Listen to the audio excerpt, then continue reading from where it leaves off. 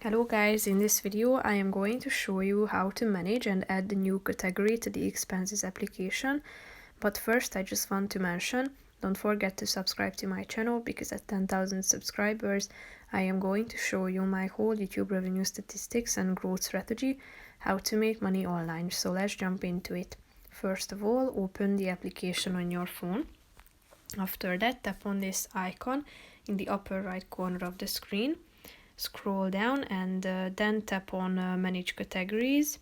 Here you can find the expense and the income categories. So if you want to edit any of these, just tap on the relevant one. Then you can edit the icon if you want to. You can select from these icons at this section. You have a vast variety of options that you can choose from.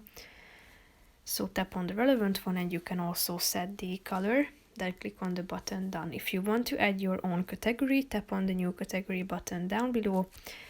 Select whether it is an expense or an income. Then type in the name of your category.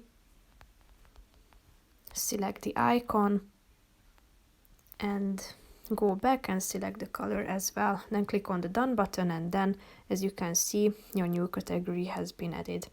So that's pretty much it for this video, guys. See you in the next one. Bye bye.